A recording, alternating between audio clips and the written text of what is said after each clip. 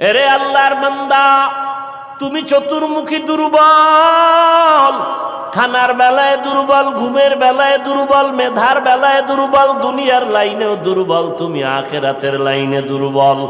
এখন যদি তুমি জান্নাতের পথে চলতে চাও, একা একা চলা যাবে না, তোমার সাহায্য নিতেই হবে। সাহায্য ছাড়া চলার কোনো রাস্তা নাই। তুমি কোরআন পড়তে জানো না, নবীর সুন্নত কোনটা বুঝো না। এখন যারা সুন্নত জানে, কোরআন জানে, তাদের কাছে যেতেই হবে। ওলামায়ে আহলে হকের পরামর্শ ছাড়া চলার উপায় নাই। সাহায্য ছাড়া চলা যাবে না। সাহায্য তুমি কার থেকে নিবারে বাবা? এমন একজন থেকে সাহায্য নাও যার মধ্যে কোনো অভাব নাই, যার পেছনে কোনো স্বার্থ নাই। দুনিয়াতে নজর করে দেখলাম স্বার্থ ছাড়া কোনো মানুষ দুনিয়াতে নাই। আছে? অভাব ছাড়া কোনো মানুষ নাই। বরং টাকা যার যত বেশি, তার অভাব তত বড়। যারা যত বড় লোক, তারা অভাব তত বড়। অভাব গরিবের 100 টাকায় সমাধান হয়, বড় লোকের 1,00,000 টাকায় অভাব সমাধান হয় না। এই স্বার্থ ছাড়া, অভাব ছাড়া একজন পাইবা, তিনি আর কেউ নয়, আমার আল্লাহ। ইয়া আইয়ুহান নাস আনতুমুল ফুকারাউ ইলাল্লাহ ওয়াল্লাহু হুয়াল গনিয়্যুল হামিদ।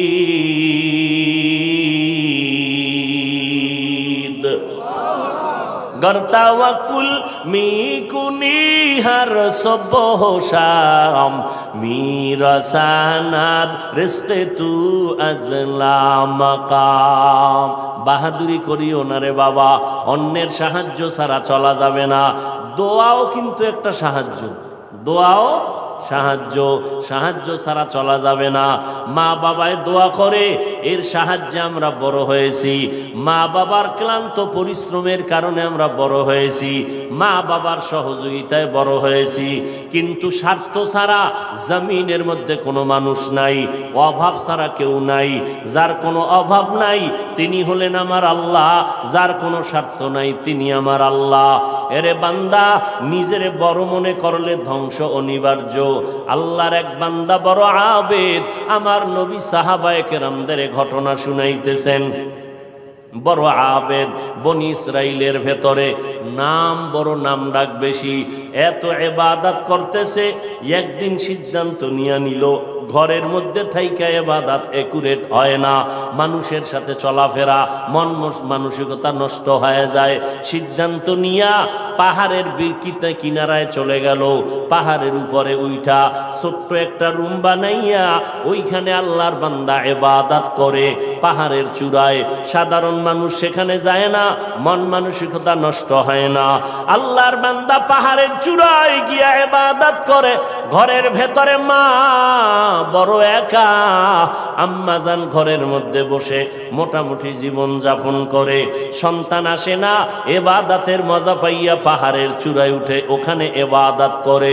একদিন মা মনে মনে ভাবলেন, আমার সন্তান আমার কাছে না আসলে তো আমি ও থাকতে পারে, আমি মা তো থাকতে পারি না।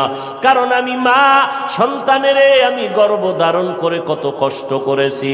মা সিদ্ধান্ত নিল, আমি হেঁটে হেঁটে পাহাড়ের কিনারায় যাইয়া আমার বাবার চেহারাটা একটু দেখা কলবেরে সান্ত্বনা দিব। আম্মা জান ঘুমের থেকে উঠা সকালবেলা সূর্যের গরম যখন শুরু, হেঁটে হেঁটে পাহাড়ের কিনারায় চলে গেলেন। আল্লাহর বান্দা আবেদ পাহাড়ের চূড়ায় ইবাদত খানায় নামাজ পড়ে আর আল্লাহরে সেজদা দেয়।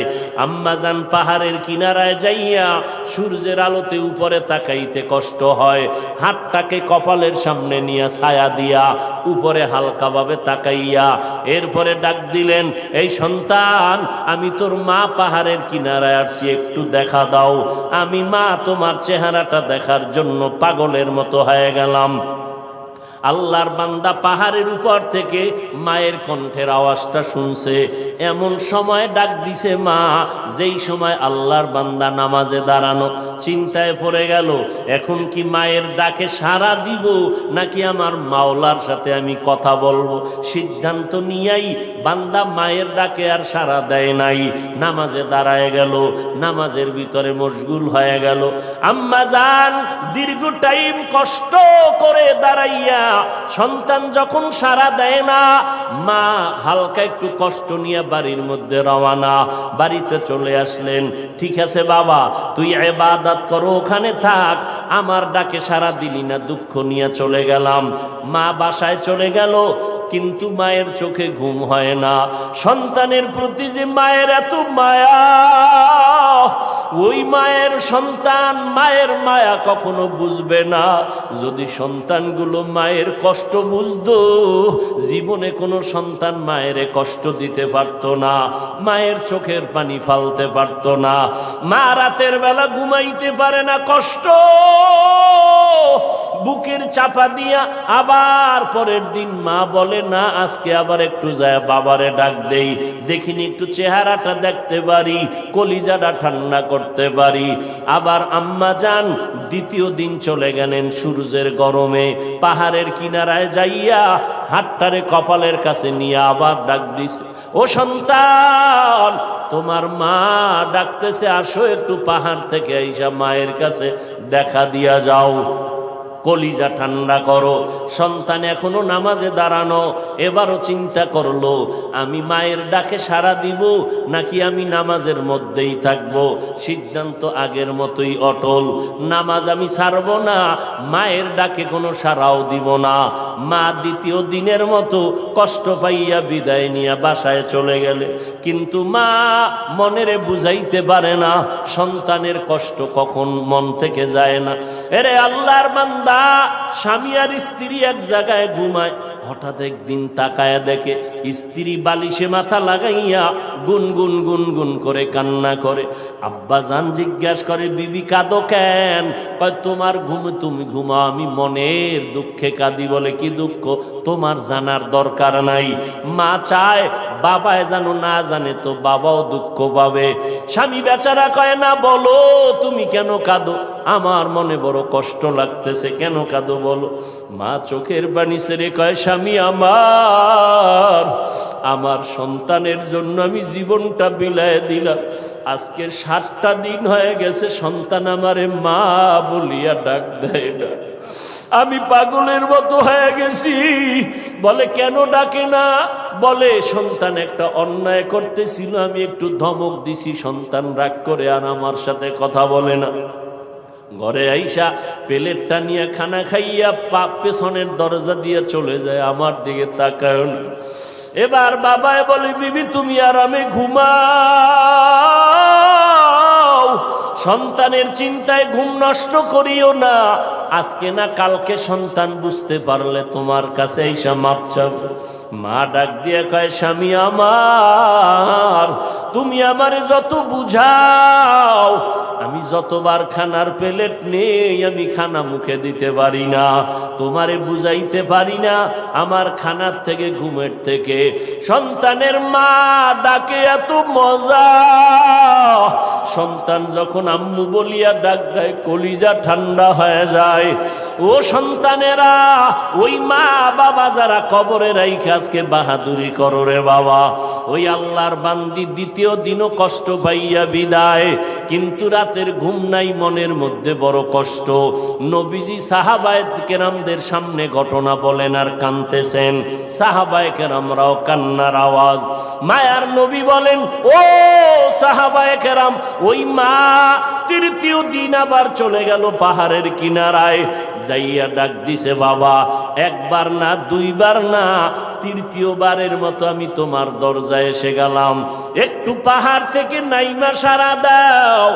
আজও সন্তান নামাজে দাঁড়ানো, আল্লাহর মহব্বতে আর মায়ের ডাকে সারা দেয় না। 2 দিন মা কষ্ট পাইয়া কিছু বলে নাই, চলে গেছে। আজকে কষ্ট পাইয়া আর নিজের কন্ট্রোল করতে পারে না। আসমানের দিকে তাকাইয়া একটা কথা বলিয়াই ফেলছে। আসমানের দিকে তাকাইয়া বলে, ও আসমানের মালিক, এমন সন্তান দিয়ে কি হবে আমার, যেই সন্তান আমার 3 দিনের কষ্ট বুঝলো না রে আল্লাহ, আমার মনটারে মানাইতে পারি না। ওর তো একদিন মরণ হবে, তবে আমার একটা দাবি, ওরে তুমি জেনাকারিনী মহিলার চেহারা না দেখাইয়া মরণ দিবা না। কঠিন এক কথা আসমানে লাগায় দিলেন, আসমানে কবুল হয়ে গেছে। মা বাবার দোয়া, বরদোয়ার মাঝখানে কোনো পর্দা থাকে না, আর সে আজিমে ডাইরেক্ট চলে যায়। এই যুবক, জিরি মাদ্রাসায় বলে আসছি, আল্লাহর কসম করে বলে গেলাম, কুতুবদিয়ার মুসলমান, কসমের কথা বিশ্বাস না করলে তোমার ঈমান দুর্বল। আল্লাহর কসম, ওয়াল্লাহি বিল্লাহি তাল্লাহি, 3 বার কসম করে বলে গেলাম। বিশেষ করে যুবকদেরকে বলছি, মরার আগে যদি পঙ্গু হইয়া বিছানায় কষ্ট পাইয়া মরতে চাও, তাহলে মার সাথে বাবার সাথে বেয়াদবি কর, শিক্ষকের সাথে বেয়াদবি কর, মুরব্বীদের সাথে বেয়াদবি কর। আল্লাহর কসম, মরার আগে তুই পঙ্গু না হইয়া মরবি না, লিখে রাখ।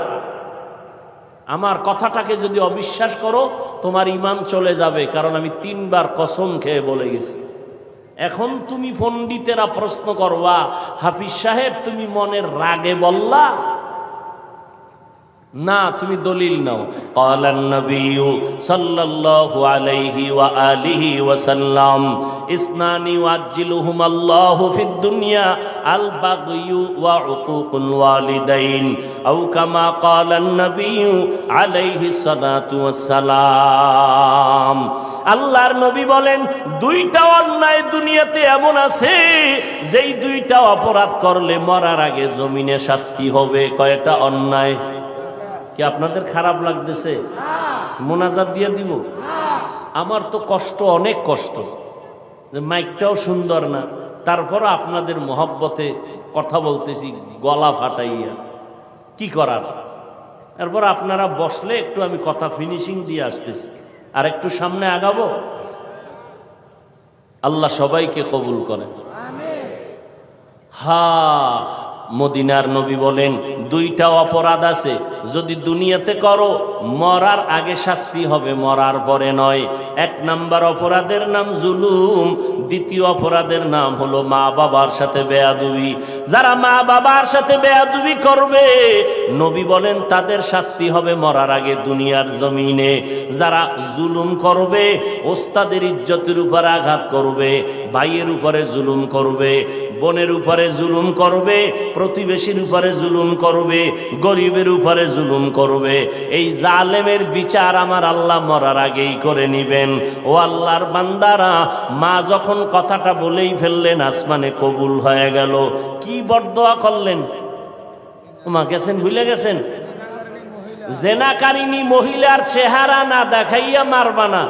মা কিন্তু কঠিন কয় নাই, যদি কইতো জেনা না করাইয়া মারবা না, তা আরো কঠিন হয়ে যাইত।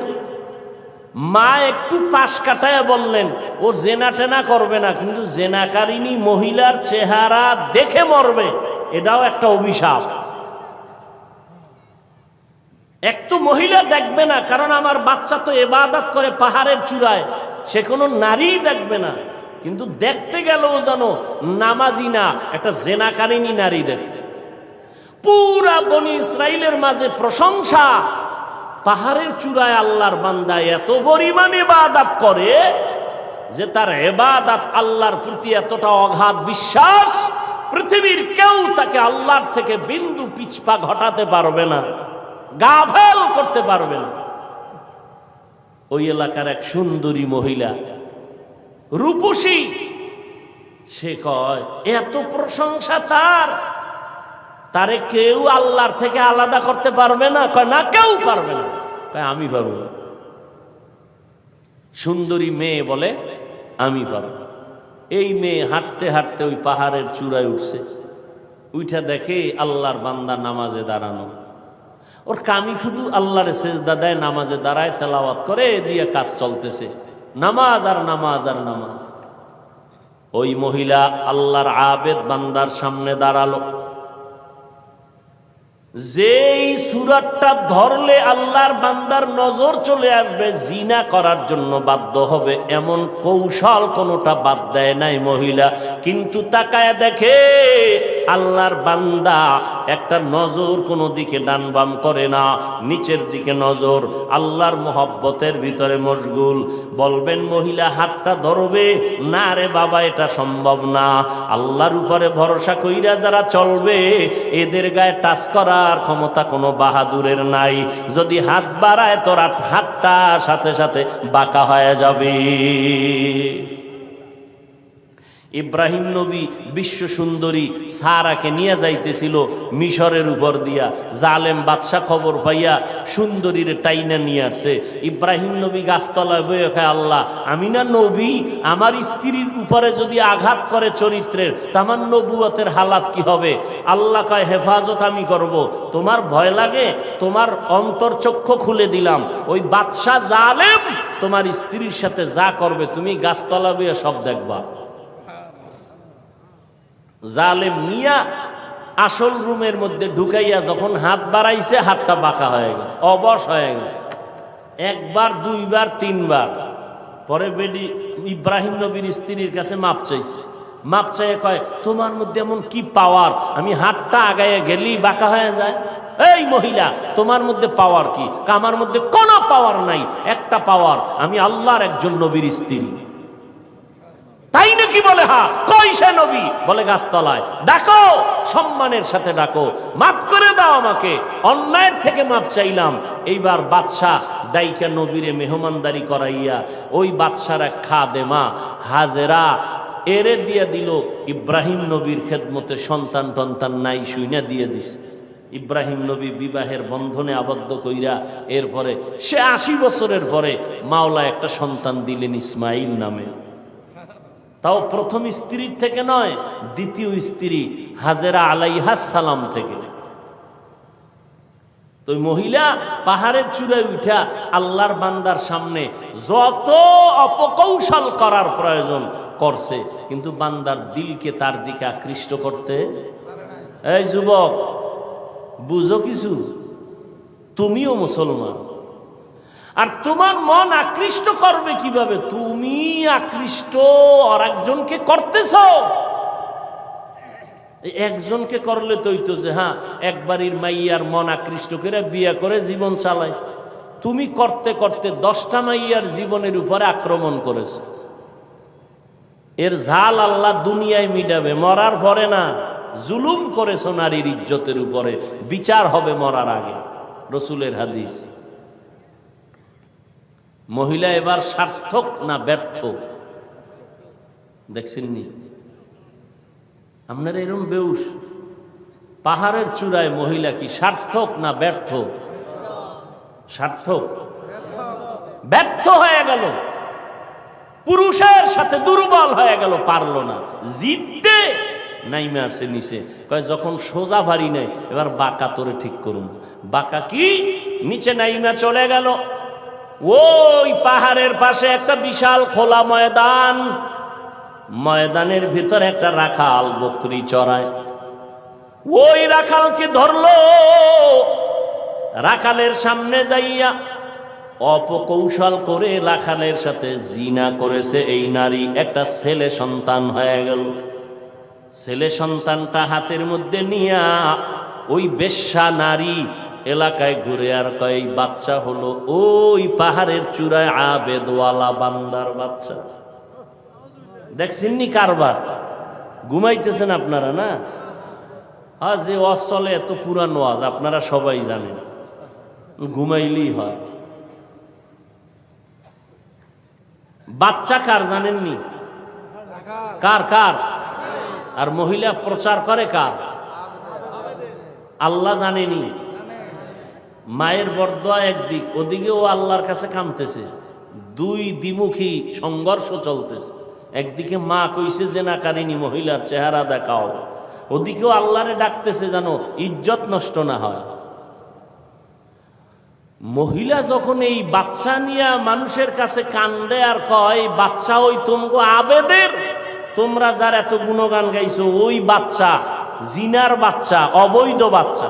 মানুষ সব শুই না, যারে এত কলিজা দিয়া ভালোবাসি তার অবস্থা এই, লাঠি টাঠি নিয়া এবার পাহাড়ে উঠা, আরে ফিডা খানকা টানকা সব ভেঙ্গে যখন আল্লাহর বান্দার উপরে আঘাত শুরু করেছে, বান্দা বলে তোরা আমার গায়ে হাত দাও কেন? বলে এই খবর, তাই নাকি? বলে হ্যাঁ, আল্লাহর জাতের কসম আমার দ্বারা এমন কোনো অপরাধ হয় নাই। কে বলেছে? আমগো এলাকার সেই রূপসী নারী, তাকে ডাকো। এবার জেনাকারিনী মহিলাকে ডাকা হলো। জেনাকারিনী মহিলাকে ডাকার পর আল্লাহর বান্দা আবেদের সামনে জেনাকারিনী মহিলা দাঁড়ানো। মা কইছে আল্লাহ আমার সন্তানের জেনাকারিনীর চেহারা না দেখাইয়া মরণ দিও না। এই ঘটনা শুনে জেনাকারিনী মহিলা বাচ্চা নিয়ে হাজির। আল্লাহর বান্দা সিজদায় পড়ে কান্না করে কয় আল্লাহ তুমি আমারে মাফ করিয়া দাও, উম্মতের সামনে তুমি সত্যটারে জাহের করে দাও, সত্যটারে তুমি প্রকাশ করে দাও, ইজ্জতের হেফাজত করো। নামাজ পড়ে কান্নাকাটি করে দোয়া করে এইবার মহিলার সামনে দাঁড়াইল। মায়ের বরদোয়াটা এইবার কবুল হয়ে গেল। এইবার মহিলারে কয় তুই নাকি আমার বিরুদ্ধে বলেছ? কয় হ্যাঁ। কি বলছো? কয় বাচ্চা তোমার। কয় নাউযুবিল্লাহ, বাচ্চা আমার? বলে হ্যাঁ। দে বাচ্চা আমার কোলে দে। আল্লাহর বান্দা বাচ্চাটা কোলের মধ্যে নিয়া এরপর বাচ্চারে একটু হাত স্পর্শ করে এই বাচ্চা তুই বল। বাচ্চা তো দুধের মাত্র বাচ্চা, কথা বলতে পারে না, বল তোর বাপকে। মুহূর্তের মধ্যে বাচ্চার জবান খুলে গেল। বাচ্চা বলে আমার বাপ হলো রাখাল। আমার বাপকে? মায়ের কোলে দুধের বাচ্চা কথা বলেছেন যেমন মারিয়াম আলাইহিস সালামের সন্তান ঈসা আলাইহিস সালাম। মায়ের কোলে দুধের বাচ্চা ঈসা নবী কথা বলেছেন শিশু অবস্থায়। ইউসুফ নবীরে যখন জুলাইখা আটকাইয়া দিছিল, স্বামীর সামনে জুলাইখার স্বামীর সামনে ইউসুফ দাঁড়ানো। যখনই এগুলো সব স্পষ্ট হলো, ইউসুফ নবী বলল আমার কোনো দোষ নেই, জুলাইখার দোষ, সাক্ষী দাও। ইউসুফ নবীর সামনে তখন এক মহিলা দুধের বাচ্চা নিয়ে দাঁড়ানো। ইউসুফ নবী বললেন আমি সত্যবাদী না জুলাইখা সত্যবাদী? দুধের বাচ্চা সাক্ষী দিবে। বাচ্চা কয় বাচ্চা কথা বলতে পারেনি। কয় প্রশ্ন করার দায়িত্ব তোমার, জবাব দেওয়ার দায়িত্ব এই বাচ্চা। যখন জিজ্ঞাসা বাচ্চা কথা বলে দিছে, কোরআন শরীফের আয়াত। বাচ্চা ইউসুফ নবীকে নির্দোষ প্রমাণের জন্য একটা স্কেল দিয়ে দিছে। এরে কুতুবদিয়ার মুসলমান, আমার মাওলার কুদরত বড় কঠিন। মায়ের বরদোয়াটাও আল্লাহ কাজে লাগাইলেন, জেনাকারী নারীর চেহারা পর্যন্ত দেখায় দিলেন। আবার বাচ্চার মাধ্যমে আল্লাহর বান্দার ইজ্জতের হেফাজত করলেন। সত্যের উপরে যদি চলো রে বাবা, মা বাবার দোয়া নিয়ে যদি আগাইতে পারো, দুনিয়ার কোনো ভয় নাই।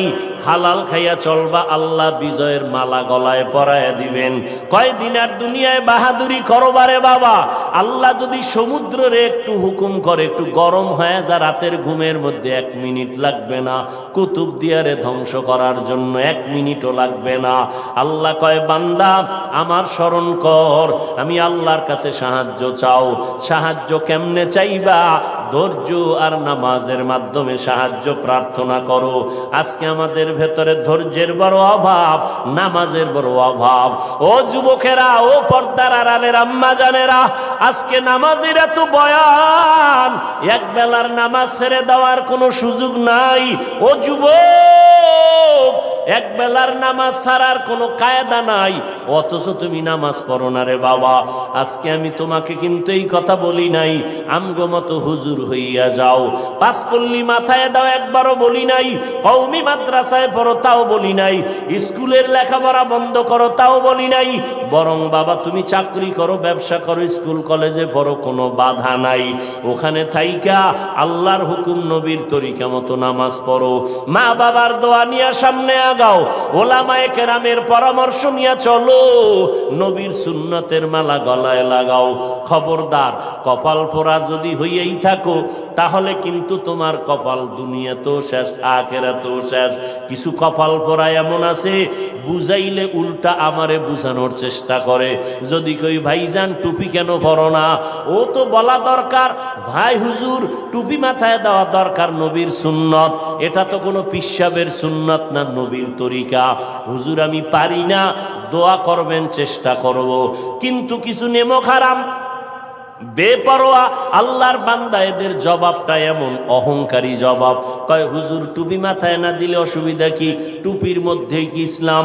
দাড়ির মধ্যেই কি ইসলাম? পোশাকের মধ্যেই কি ইসলাম? এই রকম বেপরোয়া আল্লাহর বান্দা নবীর দুশ্মন আছে না নাই? টুপির মধ্যে ইসলাম নাই, দাড়ির মধ্যে নাই, পোশাকে নাই, পর্দায় নাই, হালালে নাই, তো ইসলাম কই? সমুদ্রের তলদেশে? বিনয়ী হয়ে যাও রে বাবা, নিজেরে ছোট বানাইয়া চলো।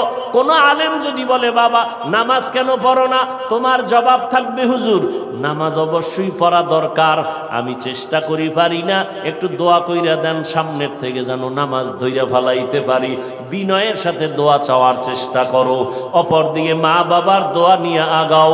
ও যুবক ভাই, আমি তোমারও সামনে উদাহরণ পেশ করি, সব জায়গায় বলি তোমার মতো যুবক পাঁচ বেলার নামাজ পড়ে, এই জমিনের মধ্যে স্কুল কলেজে পড়িয়াও নামাজ পড়ে আছে না নাই? ভাইরা আমার, পাঁচ বেলার নামাজ পড়ে অভাব নাই। তোমার আমার মতো যুবক সন্তান নবীর তরিকা মতো চলে, চাকরি করে, ব্যবসা করে, অভাব নাই। আল্লাহর মোহাব্বত নিয়া আল্লাহর কাছে তওবা করো, তওবার দরজা খোলা।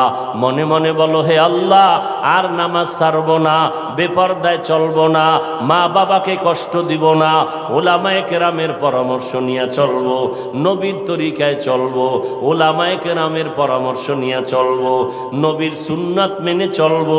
আল্লাহর কাছে যদি তওবা করার নিয়ত হয়, খাঁটি তওবা করার নিয়ত যাদের আছে, দুটো হাত আমার আল্লাহকে দেখায়া দাও। আয় আল্লাহ আমাদের হাতগুলো কবুল করে নেন, তওবা কবুল করে নেন, তওবার উপরে মজবুত হইয়া চলার মতো তৌফিক দান করেন, আমিন। আলহামদুলিল্লাহি রাব্বিল আলামিন, ওয়াসসালাতু ওয়াসসালামু আলা সাইয়্যিদিল আমবিয়াই ওয়াল মুরসালিন ওয়া আলা আলিহি ওয়া আসহাবিহি আজমাইন। ইয়া আরহামার রাহিমিন, ইয়া আরহামার রাহিমিন, ইয়া আরহামার রাহিমিন। রব্বিরহামহুমা কামা